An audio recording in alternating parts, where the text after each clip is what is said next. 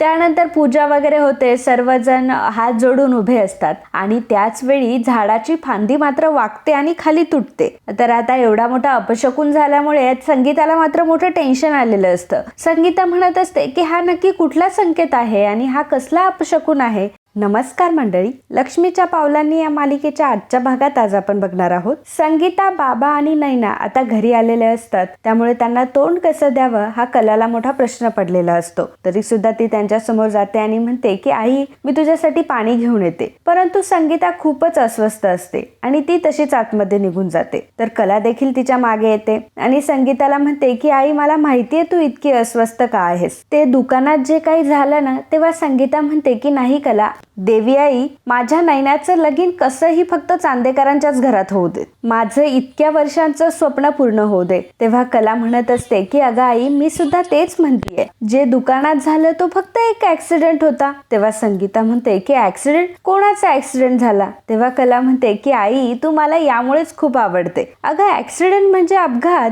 तर संगीता म्हणते की हो तेच, कोणाचा अपघात झाला? मित्रांनो, जर तुम्ही आपला चॅनल रोज बघत असाल आणि तरीसुद्धा अजून सबस्क्राईब केलं नसेल तर प्लीज चॅनलला लगेच सबस्क्राईब करा आणि बेल आयकॉनवर देखील क्लिक करा. धन्यवाद.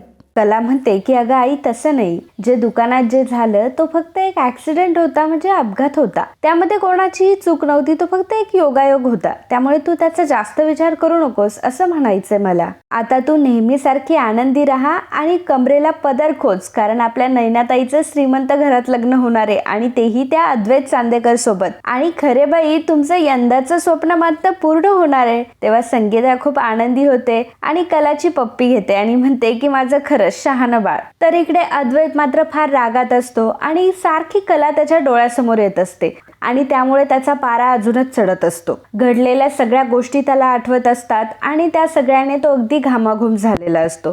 तितक्यात सरोज तिथे येते. सरोज त्याला बघते आणि पदराने त्याचा घाम पुसते आणि म्हणते की आज जे काही झालं ना, ते मी समजू शकते आणि त्यामुळे तुझी किती चिडचिड झाली असेल हेही मला कळतंय. पण एक गोष्ट लक्षात ठेव, ह्या गोष्टीचा तू जितका स्वतःला त्रास करून घेशील ना, तितका त्रास फक्त तुला होणार. त्या मुलीचं यामध्ये काहीच बिघडणार नाही, कारण तिचा हाच उद्देश असेल. आणि मुळात म्हणजे त्या मुलीला एवढं इम्पॉर्टन्स देण्याची काहीच गरज नाही, कारण ती आपल्या आयुष्यात परत कधीच येणार नाहीये. अद्वैत म्हणतो की आई, मला माहित नाही, परंतु जेव्हा त्या मुलीला मी बघतो ना, तेव्हा माझ्या डोक्यात तिडीक जाते. मी खूप कंट्रोल करण्याचा प्रयत्न करतो, परंतु नाही होत माझ्याकडनं. सरोज म्हणते की मला कळतंय, खरं तर आज फक्त आबा होते म्हणून मी गप्प बसले, नाहीतर मी तिला तिची जागा कधीच दाखवली असती. आणि जेव्हापासून मी त्या मुलीला बघितलंय ना, मला एवढंच कळतंय की तिच्या डोक्यात सतत काहीतरी चालू असतं आणि ती मुद्दाम तुला त्रास देते. अद्वैत म्हणतो की हो आई, तुला पण असंच वाटतं ना? तुला माहितीये का, देवी आईची मूर्ती तिने जेव्हा घडवली तेव्हा मी तिला तिचे पैसेही दिले होते. मला वाटलं मॅटर तिथेच क्लोज होईल, परंतु ती आपल्या इव्हेंट मध्ये सुद्धा आली. देवी आईच्या विसर्जनाच्या सोहळ्यामध्ये सुद्धा ती आली होती. सरोज म्हणते की आता हळूहळू माझ्या सगळ्या गोष्टी लक्षात येत आहे. मी आहे ना तुझ्या, तू नको काळजी करूस. मी त्या मुलीचा कुठलाही प्लॅन सक्सेसफुल होऊ देणार नाही. परंतु तू आता टेन्शन घेऊ नको, कारण तुझं लग्न आलंय 3 दिवसावर आणि हे क्षण परत परत येत नसतात. त्यामुळे फक्त आता तू त्या गोष्टीचा विचार कर. शांत झाल्यावर खाली आहे, आपल्याला अजून भरपूर कामं करायची. त्यावर अद्वैत म्हणतो की ठीक आहे. तर इकडे संगीता आता तिच्या बॅग घेऊन आलेली असते. तर बाबा विचारतात की संगीता, अगं हे काय? संगीता म्हणते की आता आपल्या नैनीचं लग्न ठरलंय, चांदेकर आपल्या घरी येणार, परंतु आपण त्यांना थोडीच हे घर दाखवलंय, आपण ते तायडीचं घर दाखवलंय, त्यामुळे आपल्याला तिकडे जावं लागणार आणि आपण डायरेक्ट लग्न झाल्यावर 4-5 दिवसांनीच येऊ. बाबा म्हणतात की संगे, मला तुझं म्हणणं पटतंय, परंतु आपल्या घरात आपल्या पहिल्या मुलीचं लग्न आहे आणि आपल्या घरातच ते झालं पाहिजे ना. आई म्हणून जशी तुझी काही कर्तव्य आहे, तशी बाप म्हणून माझे सुद्धा कर्तव्य आहे आणि मुलीला दुसऱ्याच्या घरातून पाठवणं मला काही योग्य वाटत नाही. संगीता म्हणते की घातला घोडा या माणसाने. तर कला म्हणत असते की आई बाबा, अरे तुम्ही कशाला भांडताय? तर संगीता म्हणते की मी भांडते? तुझ्या बाबाचं काही तुला दिसत नाही का? एक काम कधी मोकळ्यापणाने केलं नाही ह्या माणसाने. कला म्हणते की हे बघ आई, आतापर्यंत आम्ही तुझं सगळं ऐकलं की नाही, मग तुला असं नाही वाटत का बाबांनी आनंदाने नैनाताईचं कन्यादान करावं? संगीता म्हणते की तुला काय तुझ्या बाबांसारखं झालंय का? अगं आनंद कसला ह्याच्यामध्ये? जेव्हा चांदेकरांना हे समजेल की हे आपलं घर आहे, तेव्हा त्यांना किती मोठा धक्का बसेल, ते आपल्या नैनासोबत लग्न मोडतील. तर कला म्हणते की हे बघ आई, घाणा भरणं आणि मेहंदी हे विधी तर आपले आपलेच करायचे, त्यामध्ये चांदेकर काही सहभागी होणार नाहीयेत. मग ते आपण आपल्या करूयात ना, आणि बाकी विधी असतील ते आपण मावशीकडे करूयात. बाबा म्हणतात की हा हे असं असेल तर मला चालेल. संगीता म्हणते की हा असं कसं चालेल. कला म्हणते की हे बघ आई, आपल्याला हे विसरून चालणार नाही की बाकीच्या गोष्टी कुठल्या असल्या तरी आपल्या नैनाताई. कला म्हणते की नैनाताई तर याच घरातून जाणार आहे ना, आणि खऱ्या अर्थाने याच घरातून तिची पाठवणी होणार आहे. आणि आई तू अजिबात काही टेन्शन घेऊ नको, काहीही गडबड होणार नाही, तुझ्या कलेचा शब्द आहे हा. कलाच्या ह्या बोलण्याने संगीतालाही मोठा दिलासा भेटतो. आणि मग नंतर दुसऱ्या दिवशी कला आता सगळ्या तयारीला लागलेली असते. सगळं घर अगदी फुलांनी छान सजवलेलं असतं, रांगोळी काढलेली असते. तर काजू तिथे आलेली असते. काजूचं तोंड मात्र वाकडं असतं. तर कला म्हणते की काय झालंय गुंड्या तोंड वाकडं करायला, थांब मीच तुझं तोंड सरळ. तर काजू तिला म्हणत असते की ए तायड्या, आपल्याला यार याच्यात कसलाच इंटरेस्ट नाहीये. कला म्हणते की हा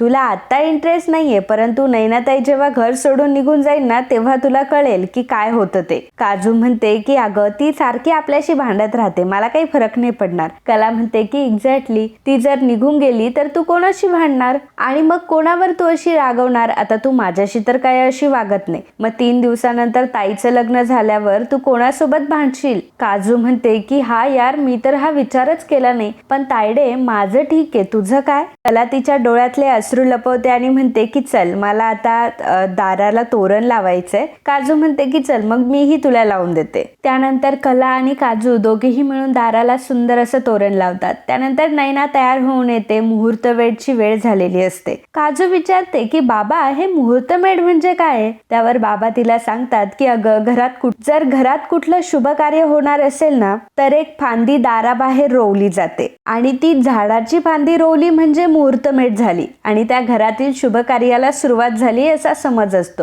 मग संगीता आता नैनाला झाडाची पूजा करायला सांगते. त्यानंतर नैना पूजा वगैरे करते, परंतु नैनाचा खूप मूड ऑफ असतो आणि तिला अजिबात ह्या सगळ्या गोष्टींमध्ये इंटरेस्ट नसतो. संगीता तिला विचारते की अगं नैने काय झालं तुला, तुझा मूड का इतका ऑफ आहे. नैना काहीच बोलत नसते. संगीता म्हणते की मला माहिती आहे तू आता सासरला जाणार म्हणून तुला माहेरची आठवण येणार ना, पण तू काळजी करू नकोस, हा वाडा आहे ना हा तुझ्या हक्काचा वाडा आहे आणि आपण शेवटी एकाच गावात राहतो. आम्हाला जर तुझी आठवण आली तर आम्ही तुझ्या घरी येऊ. त्यानंतर पूजा वगैरे होते. सर्वजण हात जोडून उभे असतात आणि त्याच वेळी झाडाची फांदी मात्र वाकते आणि खाली तुटते.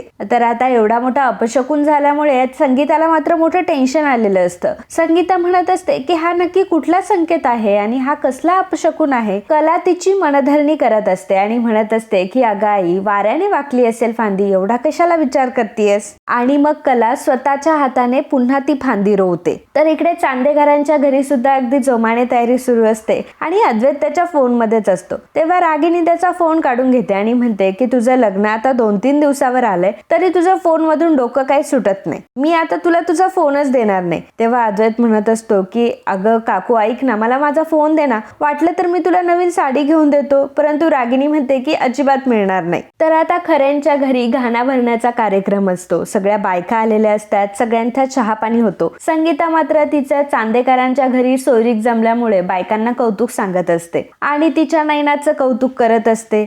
उखळ वगैरे मांडलेलं असतं. तेव्हा कला विचारते की मावशी म्हणजे हल्लीच्या टाइम मध्ये आपल्याकडे मिक्सर वगैरे सर्व काही आहे, तरी पण हे उखळ जातं हे कशासाठी. तर एक बाई त्यावर उत्तर देते की अगं कला, आपल्या पहिल्या काळात थोडी असं होतं, पहिल्या काळात थोडी मिक्सर होता, तेव्हा तर बायका अशाच घाण्यामध्ये कुटायच्या. मिक्सर वगैरे तर आता आले, परंतु आपण आपले संस्कार विसरता कामा नये ना. आणि हेच संस्कार धरून जी मुलगी सासरी जाते ती सासरी चांगली रुजते, म्हणून आपल्याला ह्या सगळ्या विधी करायच्या असतात आणि आपल्याला आपल्या संस्काराशी चिकटून राहायचं असतं. मला म्हणते की खरंच खूप छान आहे ही कन्सेप्ट. त्यानंतर आता नैना ही समोर आलेली असते. नैनाला पूजा करायला सांगतात. एक बाई सांगते की आता उखळामध्ये जी हळद वगैरे आपण काही कुटू, आता ती सगळी तुझ्या लग्नाच्या विधीसाठीच लागणार आहे. आणि हे बघ, आम्ही फक्त बायका 3 वेळा मुसळ काढणार, 4थ्या वेळी नवऱ्या मुलीनीच मुसळ धरायची, आलं का तुझ्या लक्षात. परंतु त्यावेळी नैनाचं संपूर्ण लक्ष हे राहुलकडे असतं, कारण राहुल तिला मेसेज करत असतो आणि राहुलच्या मेसेजला ती रिप्लाय करत असते आणि ती त्यासाठी हो म्हणते. आणि मित्रांनो, आजचा हा भाग इथेच संपतो. पुढील भागात आपल्याला पाहायला मिळणार आहे